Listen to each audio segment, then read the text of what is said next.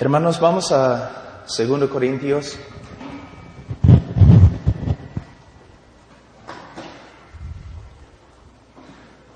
Capítulo 5.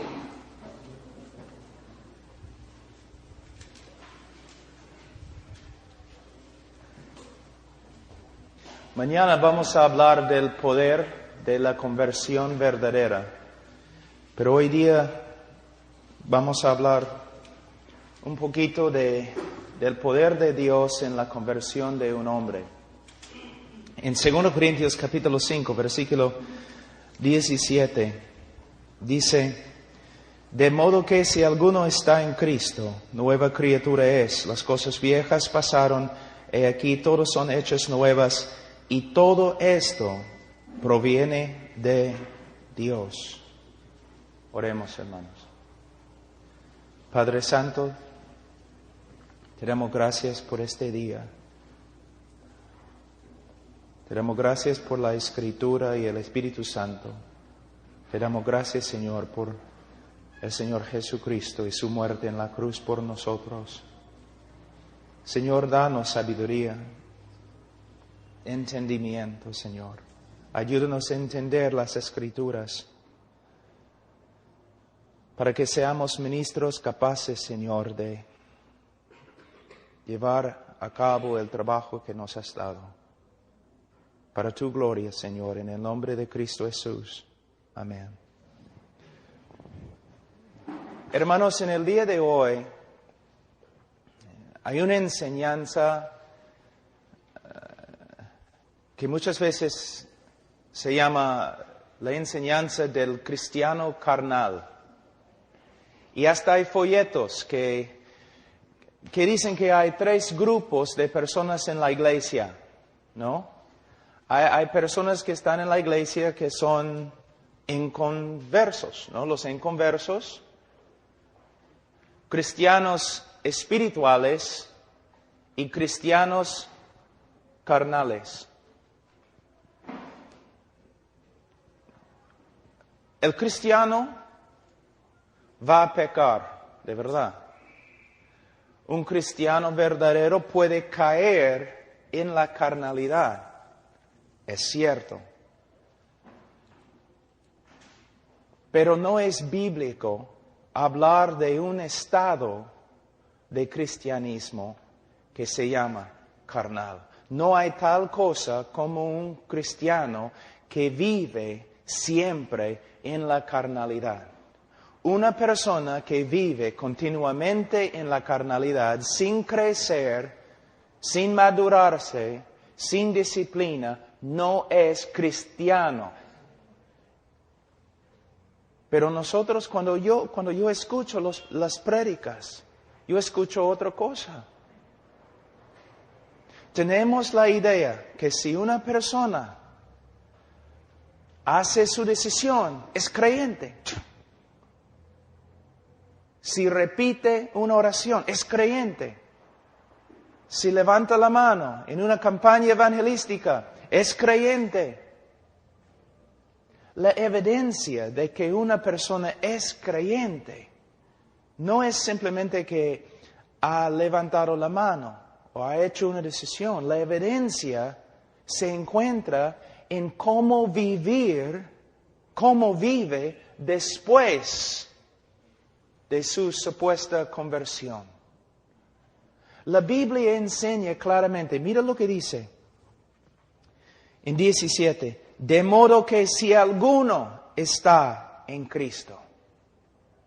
La enseñanza es cualquier persona que de verdad está en Cristo, nueva criatura es.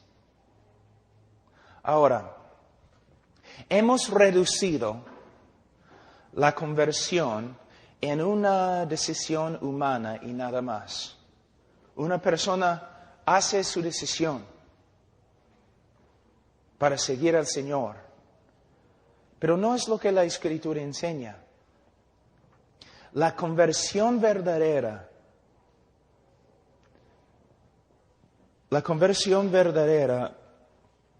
es el resultado de la obra regeneradora del Espíritu Santo.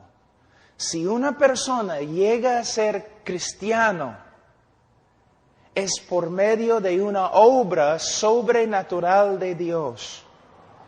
Una persona que llega a ser cristiano ha sido cambiado y ha llegado a ser una nueva criatura, algo totalmente diferente.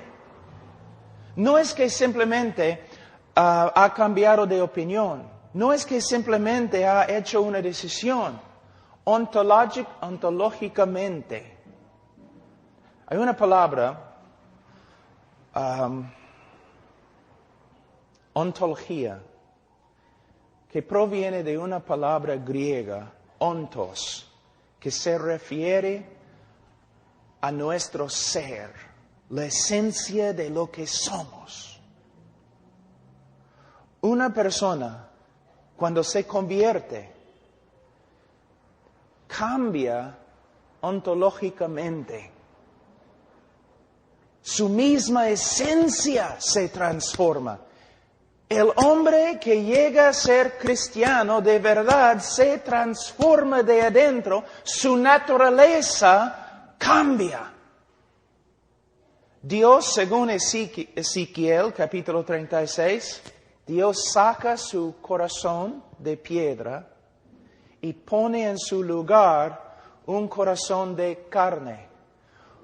Un corazón de piedra es un corazón que no puede responder a Dios. Dios saca este corazón y pone en su lugar un corazón de carne, que significa un corazón vivo que puede responder a la voluntad de Dios. Cuando una persona se convierte, llega a ser una nueva criatura. Y por eso tiene que vivir de una manera diferente. Porque de verdad es ontológicamente una criatura nueva.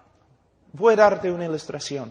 Vamos a decir que tengo un plato fino de ceviche, papa a la huancaína, ají de gallina, todos mis favoritos. Un plato así.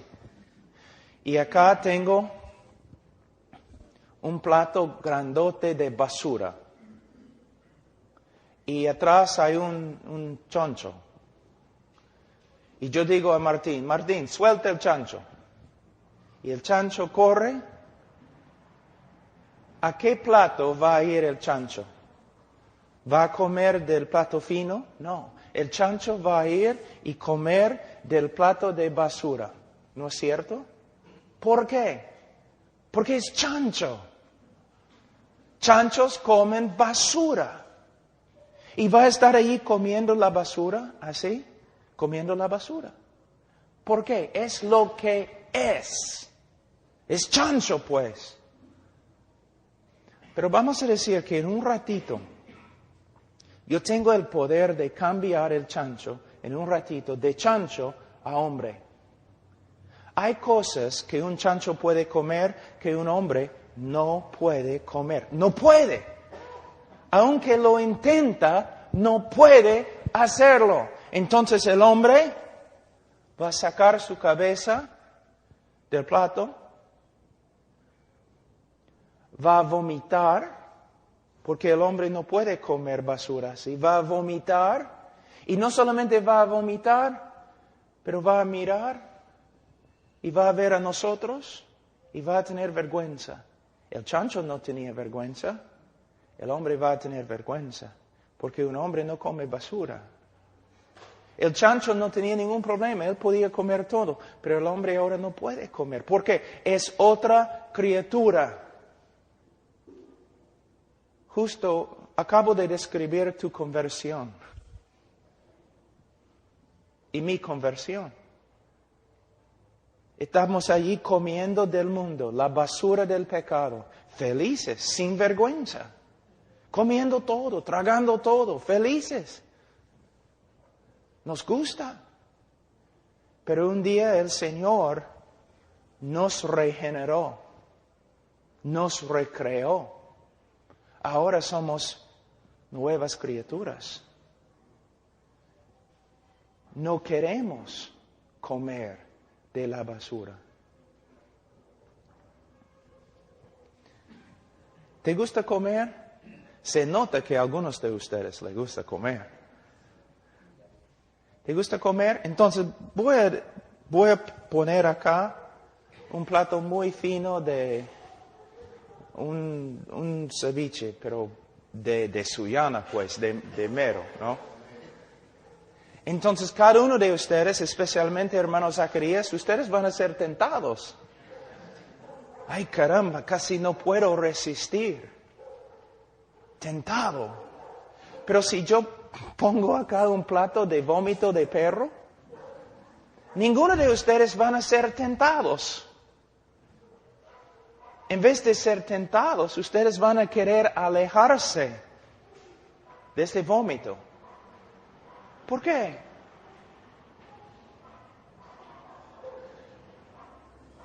El problema, uno de los problemas más grandes en el cristianismo en el día de hoy es que hemos dejado de ver la conversión correctamente. Vemos la conversión como solamente una decisión humana y no podemos ver, es una obra creativa, recreativa de Dios. Algo sobrenatural sucede. Somos diferentes. ¿Cómo puede ser? Algunos de ustedes tienen testimonios igual como el mío. ¿Cómo puede ser que soy un hombre inmoral, totalmente inmoral, un borracho, me gustó ir a las fiestas y las chicas y todo lo demás, y en un día, yo estaba allí en la universidad, yo me voy a la biblioteca, personas ellos ya me habían testificado, pero yo estaba allí a solas en la biblioteca y empecé a pensar en lo que escuché de ellos. Caramba. Jesús es el Cristo, es el Hijo de Dios. Murió por mí. ¿Qué estoy haciendo? Señor, sálvame. Voy a seguir a Cristo. Totalmente diferente. El próximo día estoy ahí en la universidad, no tomando, sino yo estoy ahí parado en la vereda predicando. ¿Qué pasó? ¿Una decisión humana?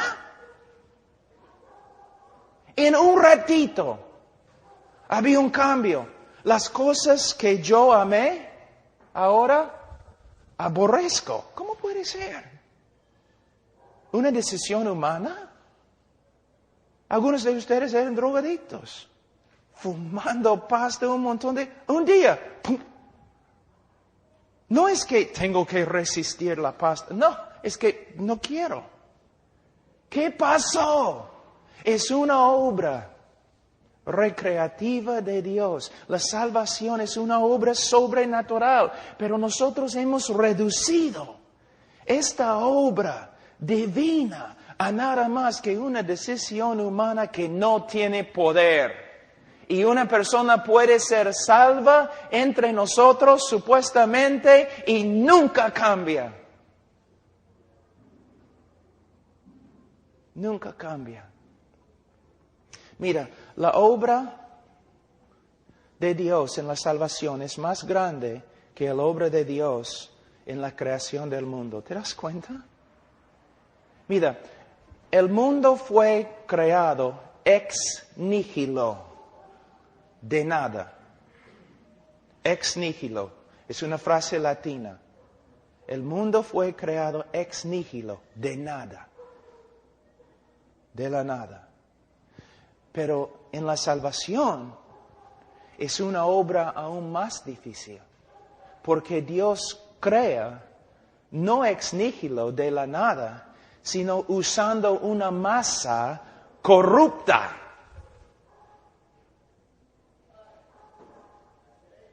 Y de esa masa corrupta, Él recrea un hombre nuevo.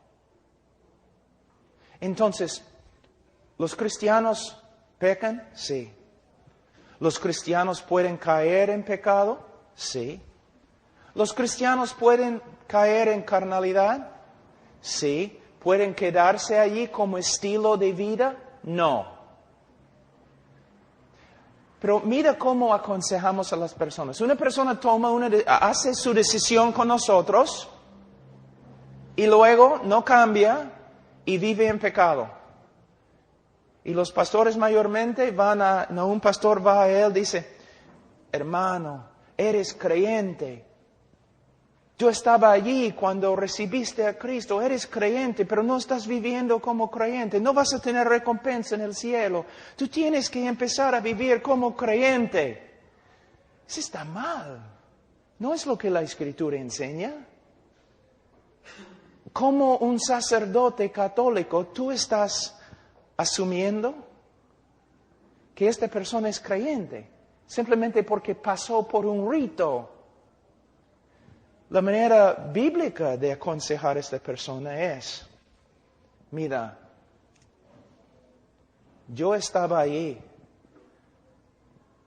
cuando hiciste una decisión. Yo estaba ahí cuando fuiste bautizado. Has confesado a Cristo como tu Señor y Salvador, pero ahora estás viviendo como un incrédulo. Tú necesitas examinar tu vida con la Escritura, conmigo, porque es muy posible que tu profesión de fe fue falsa. ¿Ves? Estamos así. Si uno estudia la historia de la Iglesia, es casi siempre la Iglesia Católica. Primeramente, cuando digo Iglesia Católica, no me gusta decir eso, porque la Iglesia Católica nunca ha sido una iglesia. Es muy importante entender eso. La Iglesia Católica siempre ha sido una abominación desde el comienzo. Pero, aún entre los evangélicos, tenemos épocas de un evangelio puro y épocas de perder el evangelio y épocas de redescubrir el evangelio. Mira, en Inglaterra, por ejemplo, la iglesia evangélica, vamos a decir, perdió la doctrina de regeneración. Y todos en la iglesia se creían salvos. ¿Por qué? Porque no habían hecho su decisión. Asistían a la iglesia cada domingo, pero no había vida, no había crecimiento, no había devoción pura, solamente religión. Fidelidad a un culto, nada más. Pero de ahí vinieron predicadores como Jorge Whitefield, aún Juan y Carlos Wesley, Daniel Rollins, Hal Harris y otros que decían, no. La evidencia de que somos salvos por medio de la fe es que hay vida espiritual. No solamente que asistimos a un culto, no solamente que decimos que ya hemos hecho nuestra decisión. La evidencia de la fe verdadera es que hay vida espiritual y nosotros vivimos como cristianos. Ahora, mira lo que dice. De modo que si alguno está en Cristo, nueva criatura es. Las cosas viejas pasaron, he aquí, todas son hechas nuevas. ¿Y por qué? Porque podemos tener la confianza que en cada creyente verdadero va a haber una transformación. Y todo esto proviene de Dios. La salvación es una obra de Dios. Es una obra de Dios. Y el que comenzó la obra va a cumplir la obra. ¿Por qué? Por causa de su reputación. Mira, Israel, Dios había salvado a Israel de Egipto. Pero Israel se rebeló contra Dios en el desierto. Dios probó a Moisés diciendo, Moisés, aléjate de ellos, voy a destruirlos y voy a hacer de ti un pueblo nuevo. Moisés intercedió diciendo, no, Señor, porque tus enemigos van a decir que aunque tuviste poder para sacarlos del Egipto, no tenías suficiente poder para meterlos o llevarlos a su tierra. Tus enemigos van a hablar de ti diciendo que no tienes poder, que no eres fuerte, que no eres el Dios de los dioses, porque fracasaste. Tú pudiste salvarlos de Egipto, pero no puedes llevarlos a su tierra, no puedes terminar lo que has empezado. Pero eso es exactamente lo que nosotros estamos diciendo en el día de hoy. ¿De verdad? Nosotros decimos, sí, Dios ha salvado a esta persona, pero Dios no puede cambiarlo porque esta persona no quiere.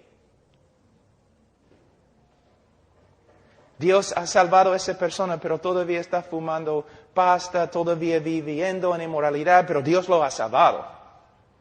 Y todo el mundo se burla de nosotros.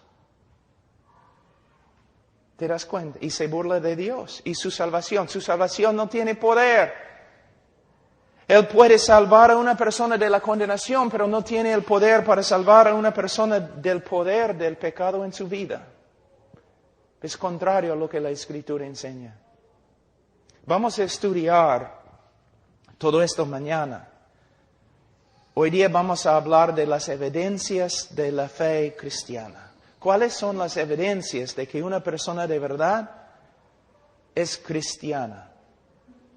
Pero yo tenía que hablar de eso un ratito antes de empezar el estudio. Vamos a 1 de Juan.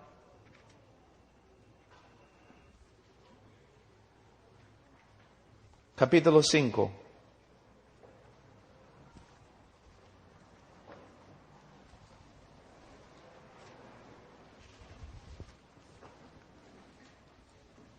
Versículo 13. Estas cosas os he escrito a vosotros que creéis en el nombre del Hijo de Dios, para que sepáis que tenéis vida eterna y para que creáis en el nombre del Hijo de Dios. El propósito del libro de 1 de Juan es para dar seguridad a los creyentes de que de verdad son creyentes y son salvos. Ese es el propósito del libro. En este libro encontramos varias pruebas. Y nosotros podemos usar estas pruebas para examinar nuestras vidas, para determinar, ¿de verdad somos cristianos? Ahora, guarda tu sitio en 1 de Juan y vamos a volver un ratito a 2 Corintios, pero capítulo 13.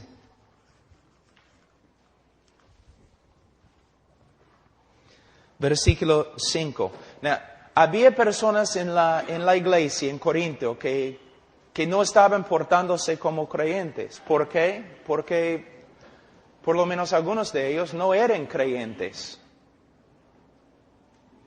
Entonces Pablo vino a la iglesia en Corinto por medio de esta carta y mira lo que dice.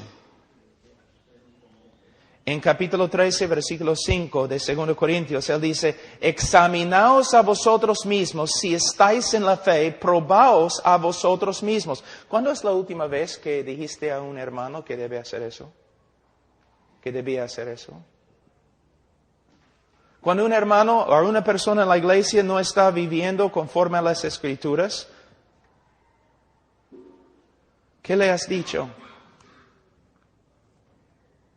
Le has dicho, oye hermano, eres hermano, debes portarte como un hermano, no vas a tener recompensa en el cielo, eres salvo pero no te portas como cristiano.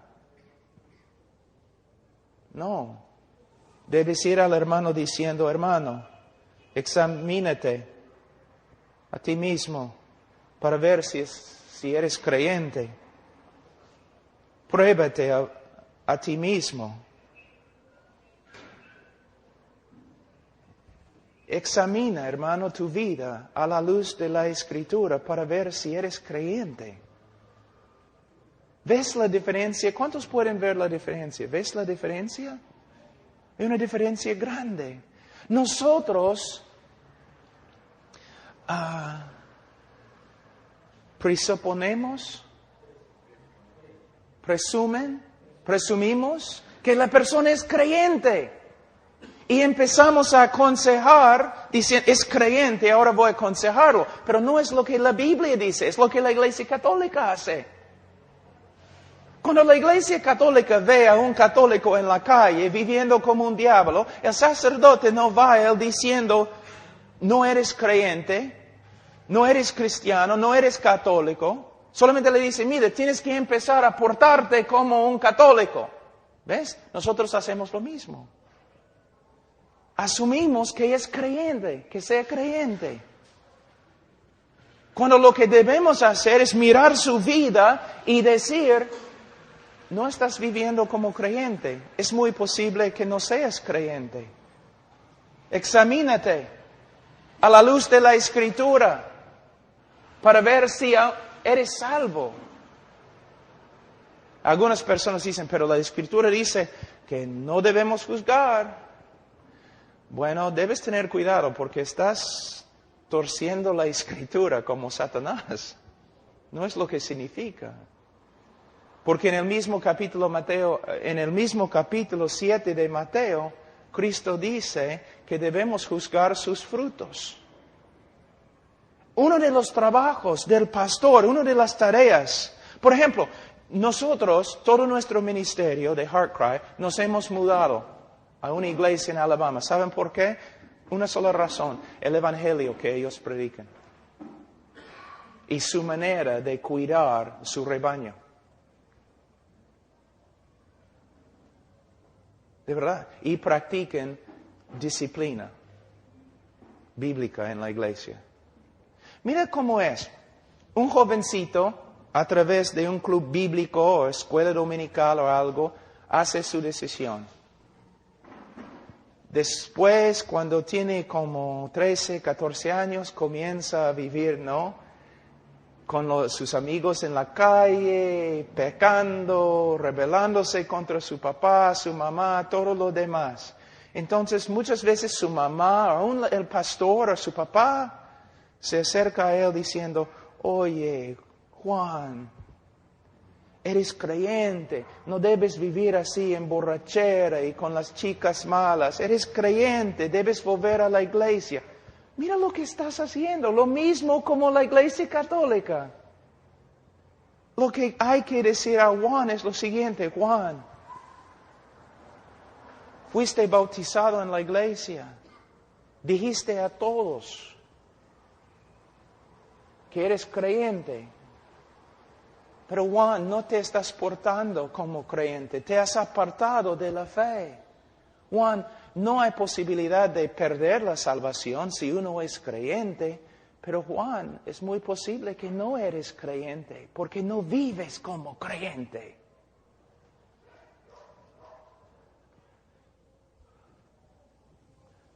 Mira, vamos a decir que voy a la sierra por la carretera central donde hay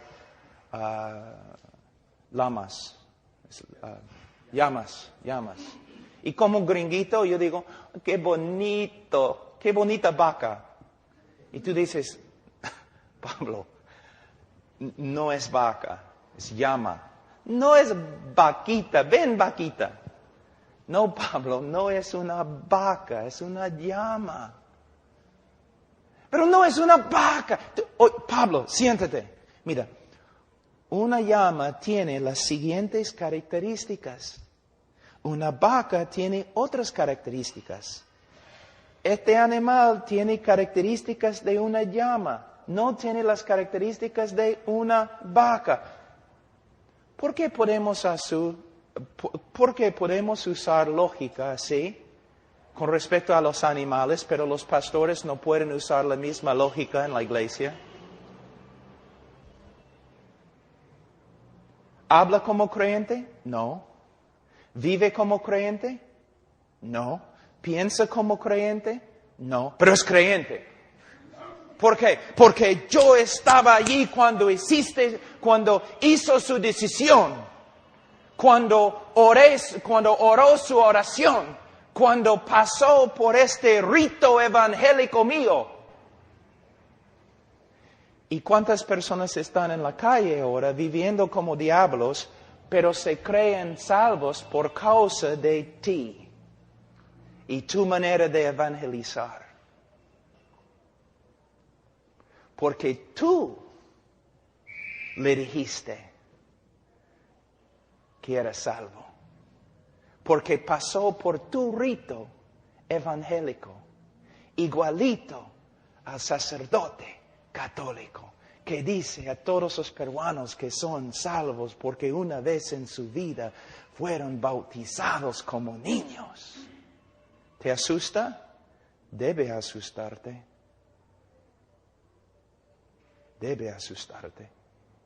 ¿La salvación es por medio de la fe? Solo por medio de la fe. ¿Por medio de obras? No, es blasfemia decir que la salvación es por medio de obras. Pero nosotros hemos reducido el Evangelio y la invitación a nada más que un rito evangélico que es la hermana del rito católico. Y hay un montón de personas que se creen evangélicos, que están cometiendo fornicación constantemente, están viviendo en inmoralidad y todo lo demás, pero se creen salvos por causa de nuestras prédicas. Es así. Y si tú dices no, entonces vamos a volver a la escritura, pero también vamos a volver a la historia de la iglesia. Vamos a volver a los padres, los bautistas tempranos, y vamos a comparar nuestra manera de evangelismo con ellos. Y vamos a ver algo completamente diferente.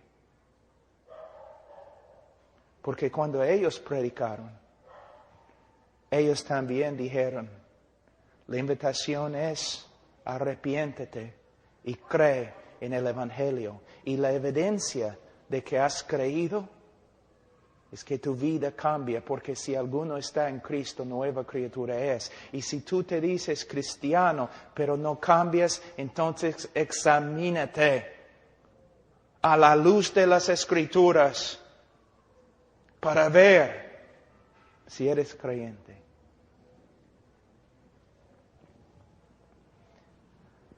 Ahora,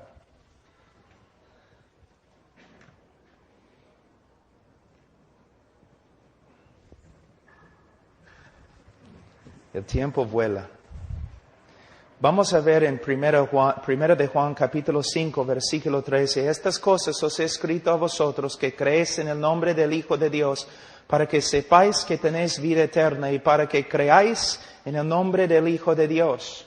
Entonces, Juan va a darnos, a través de todo el libro, varias pruebas con las cuales podemos examinar nuestra vida. Pablo dice, examínate, pero ¿conforme a qué? ¿A cuál estándar vamos a examinarnos? El estándar de las Escrituras, y las Escrituras primera de Juan. Entonces vamos a Juan capítulo 1 y vamos a empezar. Juan 1, versículo 5. Este es el mensaje que hemos oído de Él y os anunciamos. Dios es luz y no hay ningunas tinieblas en Él. Si decimos que tenemos comunión con Él y andamos en tinieblas, mentimos y no practicamos la verdad.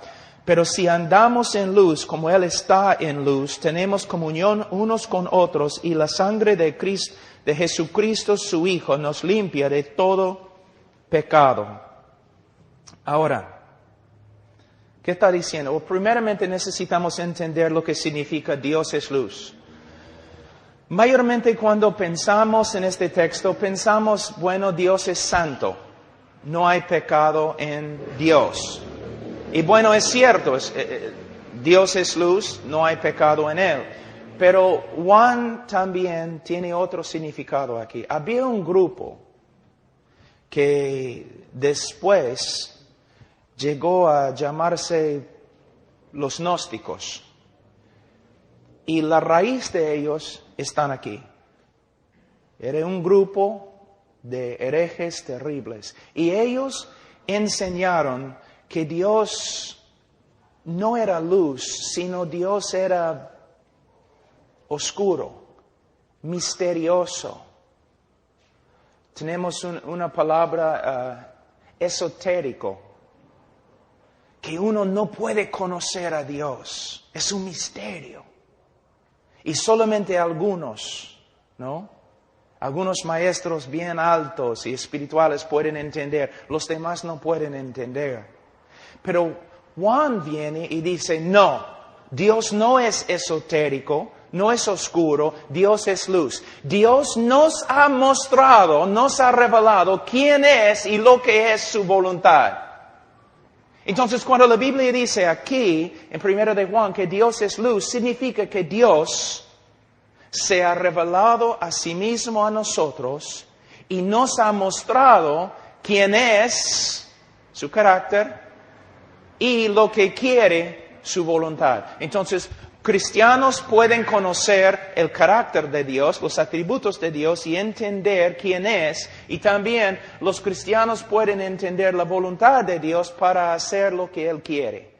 Entonces Dios es luz. Nos ha revelado su carácter, su naturaleza y su voluntad. ¿Me entienden, hermanos? Ahora, dice en versículo 6, si decimos que tenemos comunión con Él, en el día de hoy, en la interpretación moderna, en el día de hoy, algunos enseñan que eso está refiriéndose a un creyente que tiene comunión con Dios, ¿no?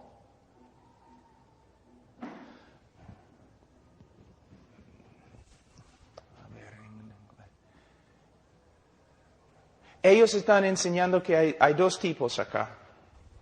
Que está hablando de cristianos que tienen comunión con Dios y cristianos que no tienen comunión con Dios. Pero no es la interpretación antigua ni la interpretación bíblica. Cuando la Biblia se refiere a una persona que tiene comunión con Dios, está refiriéndose a un creyente.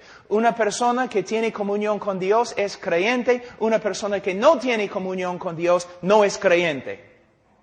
Entonces no está hablando aquí de un creyente que puede tener comunión o otro creyente que no tiene comunión, sino si tienes comunión con Dios, eres creyente, si no tienes comunión con Dios, no eres creyente, es lo que está enseñando.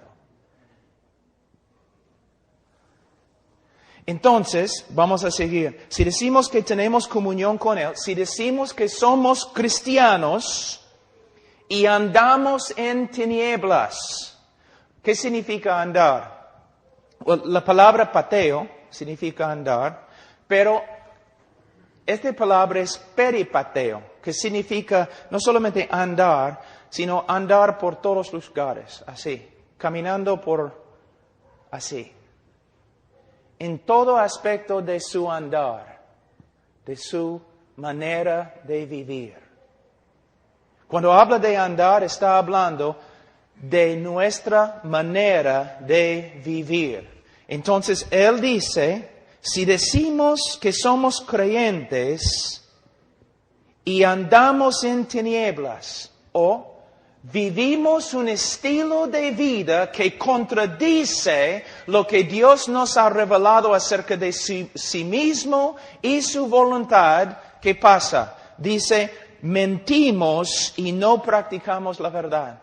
Entonces, una persona que dice que es creyente, pero su estilo de vida, no solamente un momento o 2 meses, pero su estilo de vida, después de confesar a Cristo como Salvador y Señor, después de supuestamente convertirse, si su estilo de vida contradice lo que sabemos acerca de los atributos de Dios, el carácter de Dios, su estilo de vida contradice la voluntad de Dios, él miente cuando dice que es creyente. Ahora, Si tú me sigues con una cámara antigua que toma solamente una foto, ¿no? ¿Tú puedes seguirme? Y tarde o temprano vas a ver un pecado, ¿no es cierto? Y con tu cámara tú puedes, ¡pah! Así, ya.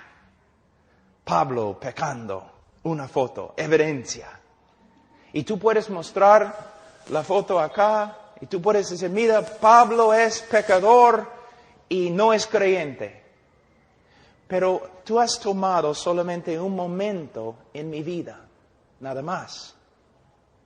Entonces no es evidencia sólida que soy una persona que practica el pecado. Tú me has capturado en un momento de mi vida. Pero si tú sigues mi vida con una cámara de video, y tú sigues mi vida meses y meses y meses y meses, filmando y filmando, y tú ves un estilo de vida que contradice lo que Dios dice acerca de sí mismo y contradice la voluntad de Dios que Él nos ha revelado, entonces tú debes ir a mí diciendo, Pablo, tú dices que eres creyente, pero tu estilo de vida contradice lo que sabemos acerca de Dios y contradice lo que sabemos acerca de su voluntad. Pablo, debes examinarte, debes probarte para ver si estás en la fe. ¿Ves la diferencia? Una gran diferencia. Mira, los pastores antiguos tenían dos preocupaciones principales que no se encuentran en la iglesia evangélica en el día de hoy. Sus preocupaciones principales eran, 1, predicando el evangelio verdadero. 2, cuidando al rebaño para asegurar que todos eran creyentes. En el día de hoy, predicamos el evangelio, un evangelio reducido a algunas leyes espirituales y nunca nos preocupamos por la salvación de una persona. Asumimos que son salvos y luego solamente tratamos de discipularlos. Y la razón por la cual mucho del discipulado que hacemos fracasa es porque estamos tratando de discipular inconversos que no tienen el Espíritu Santo. Estamos tratando de enseñar a los cabríos para que se porten como ovejas. ¿Ves? Entonces, la primera prueba es, si una persona de verdad es cristiana, va a vivir un estilo de vida que se conforma a lo que sabemos del carácter de Dios y la voluntad de Dios. Pero si una persona vive una vida, y mira, como pastor, vamos a hablar como pastor. Si hay una persona en la congregación que fue bautizado, que ha confesado a Cristo como Señor y Salvador, o ha hecho su decisión, y como pastor, estoy examinando su vida, mirando su vida, cuidándole. Es mi trabajo. Y yo veo que su estilo de vida contradice el carácter de Dios y contradice la voluntad de Dios. Yo no voy a ir a Él diciendo, no eres creyente. Pero voy a ir humildemente y decir, mira, aunque confieses a Cristo como Señor y Salvador, y aunque fuiste bautizado como tu pastor, yo tengo que decirte, tu estilo de vida contradice lo que sabemos del carácter de Dios y tu estilo de vida contradice la voluntad de Dios. Tú debes tener bastante miedo.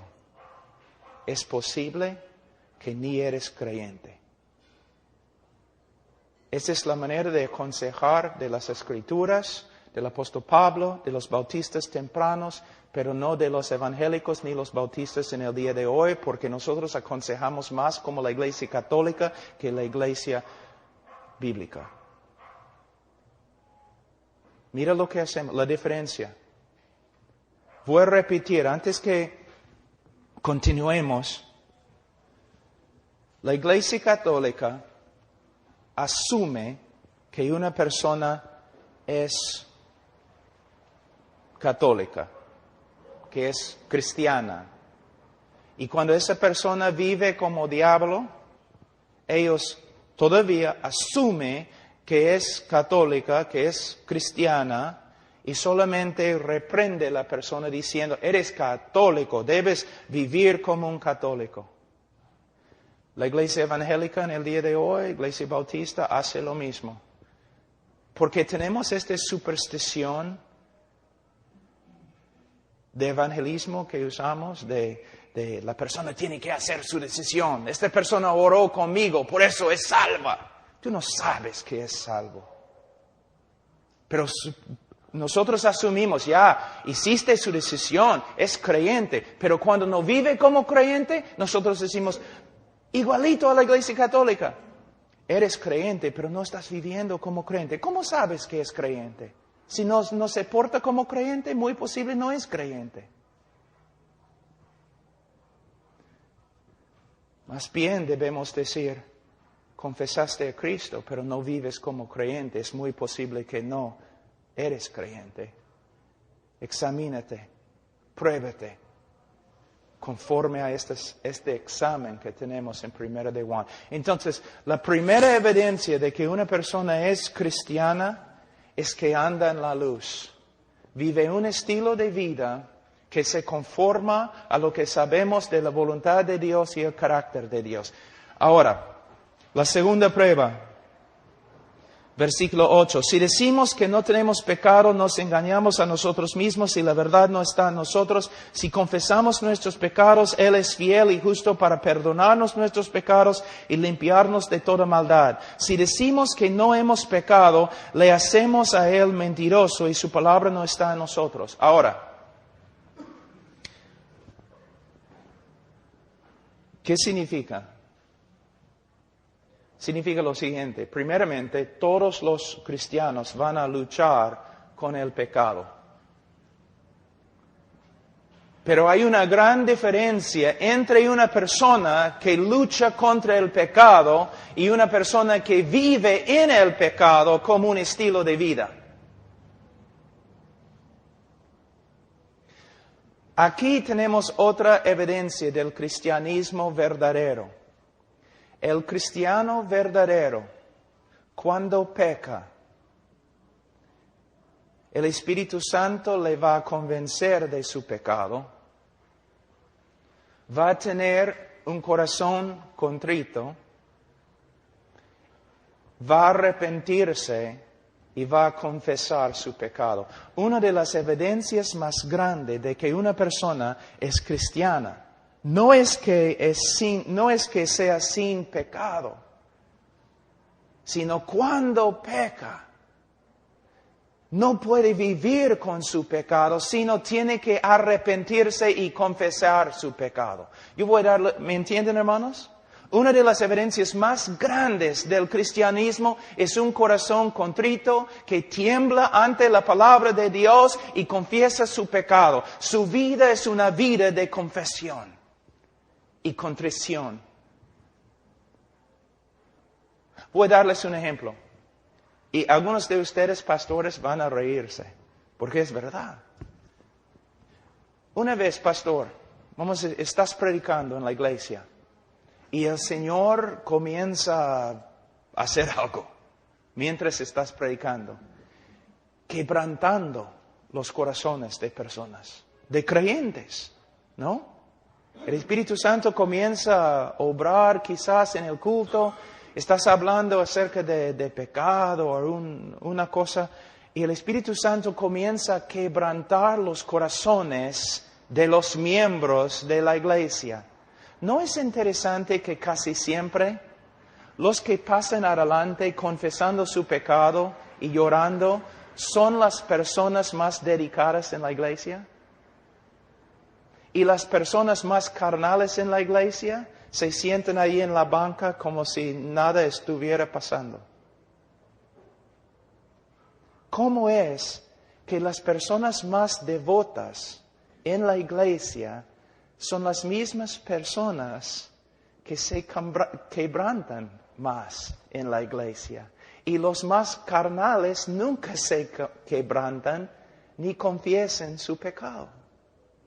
¿Por qué? Estamos viendo dos grupos: los cristianos en la iglesia y los incrédulos en la iglesia.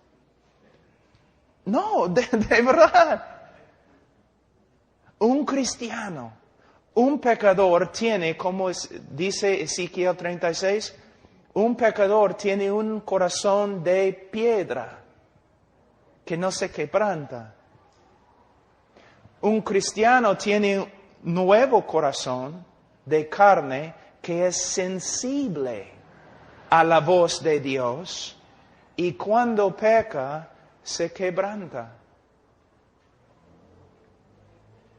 Y es cierto que un creyente, no como un incrédulo, pero un creyente verdadero puede un tiempo endurecer su corazón contra lo que sabe es verdad. Pero tarde o temprano, por medio de una prédica, por medio de la reprensión de otro hermano, por medio de simplemente una obra del Espíritu Santo o por medio de la disciplina, se va a quebrantar. Ese es el propósito de la disciplina en la iglesia que no se practica en el día de hoy. ¿Y sabe qué? En las confesiones de los bautistas ellos siempre decían, si una iglesia no practica la disciplina bíblica, no es una iglesia verdadera. Es uno de los propósitos de la disciplina en la iglesia, de Gálatas capítulo 6, 1 y 2 y de Mateo 18. Si tú ves a un hermano y tú crees que el hermano está en pecado, tú tienes que ir al hermano y reprenderle a solas, tú. Si se arrepiente, has ganado a tu hermano. Pero si él no está de acuerdo contigo y dice, no he pecado, entonces debes traer otros dos contigo. Hombres sabios y maduros, quizás los pastores. Y tú tienes que hablar con tu hermano y los pastores o los otros dos hermanos tienen que juzgar para ver quién tiene razón. Y si ellos dicen también, hermano, este hermano tiene razón, estás en pecado, tienes que arrepentirte. Si el hermano se arrepiente, entonces han ganado a su hermano, gloria a Dios. Pero si no se arrepiente, entonces tiene que ir a la iglesia. Y ante la iglesia tiene que escuchar, porque la iglesia va a juzgar a los ángeles, la Biblia dice. La iglesia tiene que juzgar. El problema es que muchas personas en la iglesia son inconversos y no saben cómo juzgar. O no son maduros porque no estamos enseñando las Escrituras. Pero la iglesia tiene que juzgar. Si la iglesia juzga y todos están de acuerdo, este hermano está en pecado y no quiere arrepentirse, entonces tienen que ponerlo fuera de la iglesia y entregarle ¿a quién? A Satanás, al diablo. Ahora, ¿qué va a pasar cuando se entrega al diablo? Dos posibilidades. Hay una posibilidad que nada va a pasar. Que nada va a pasar. Quizás después de entregarle a Satanás, él va a prosperar. Que nada va a pasar. Que no va a regresar a la iglesia. Todo tranquilo. ¿Sabe lo que significa? Es incrédulo. Es incrédulo. Pero si se entrega a Satanás y el hombre sufre y sufre y sufre y vuelva a la iglesia arrepentido, ¿qué significa? Es creyente. Porque Dios, hermanos, mira, cuán débil es nuestro Dios, ¿no? Dios quiere hacer tantas cosas en tu vida, pero tú no permites que Dios obre. Tú no permites que Dios obre. ¿Desde cuándo? O yo escucho a los evangelistas, Cristo está tocando a la puerta de tu corazón y está llorando, pero Él no puede abrir la puerta. Él no tiene el poder de abrir la puerta. Solo tú tienes el poder de abrir la puerta. La puerta pertenece a Jesús. Si Él quiere botar la puerta, Él puede hacerlo. ¿Qué Dios tienes? Un Dios de psicología. El que comenzó la buena obra la va a perfeccionar. Sí. Entonces, la segunda evidencia es que el cristiano verdadero, aunque peque, va a ser sensible a su pecado, va a arrepentirse y va a confesar su pecado. Ahora, otra prueba, versículo 6, capítulo 2. El que dice que permanece en él debe andar como él anduvo. Tú dices, entonces, Pablo, todos nosotros vamos al infierno. ¿Quién anda como Cristo? Tienes que entender lo que está diciendo. De nuevo está hablando de un estilo de vida. ¿Cómo? Una ilustración. Cuando yo era niño, chibolo de 5 o 6 años, nosotros vivimos en una chacra, teníamos caballos y vacas y todo lo demás. Y mi papá siempre, como a las 5:30 de la mañana, él entró a mi cuarto, siempre. Pablo, levántate, no hay descanso para los malos. ¿No? Entonces, ya me levanté, ¿no? Así siempre. Y teníamos que salir para dar alimento a las vacas en el invierno cuando había nieve y todo lo demás, o llevar agua porque los lagos se habían congelado. Entonces mi papá pasaba por el campo así, era un hombre muy grande, pasaba por el campo así, ¿no? Y yo quería ser igualito a mi papá, yo quería caminar como él, pero él era así, yo era así. Pero cuando él estaba caminando en la nieve, yo podía ver sus huellas, ¿no? Y yo quería poner mi pie donde él había puesto su pie. Entonces él estaba caminando así, tranquilo. Y yo, como una araña borracha, yo estaba caminando, ¿no? Y a veces, tratando de caminar así, caía. Yo no podía caminar como mi papá. Era una lucha para mí caminar como mi papá. Pero si una persona está observándome, él puede discernir al toque, este niño quiere ser como su papá. ¿Ves? No tiene el poder de hacerlo.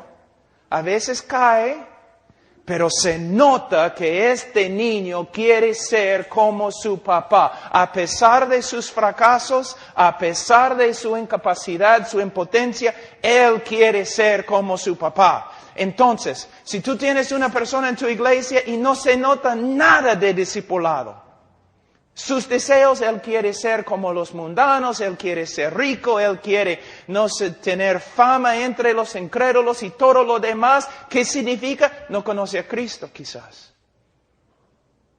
Pero si tú tienes un hermano en la iglesia, y a veces tenemos hermanos verdaderos en la iglesia, que caramba, nosotros decimos, Señor, llévalo al cielo. Es un desastre, Señor. Pero se nota, a pesar de todo, se nota de verdad, este hombre quiere ser como Jesús.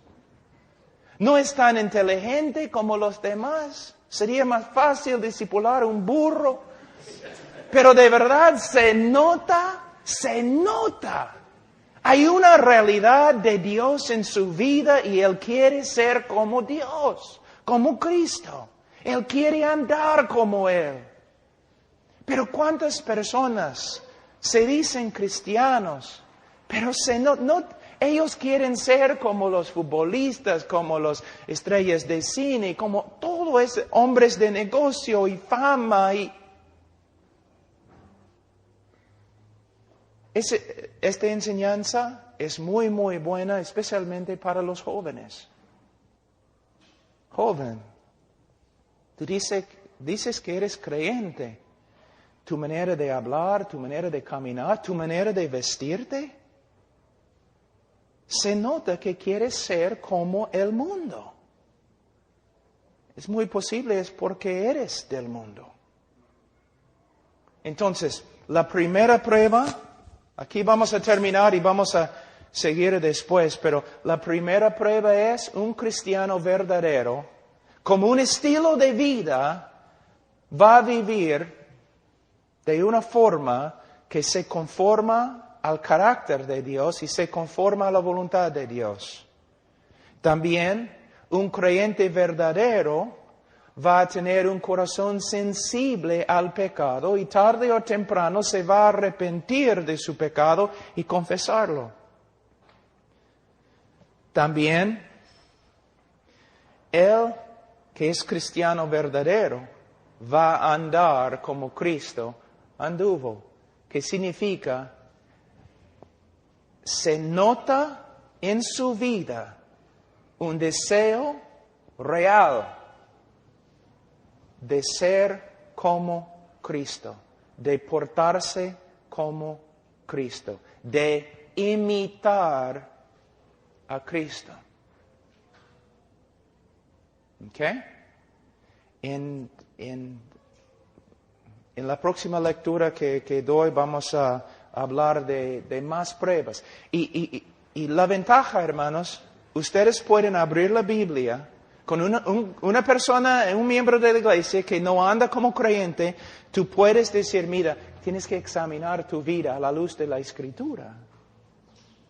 ¿Ves? Y vamos a hacerlo. Hermano, ¿andas como un estilo de vida conforme al carácter y voluntad de Dios? Hermano, ¿eres sensible al pecado? Hermano, ¿el deseo de tu corazón cómo es? ¿Andar como Cristo?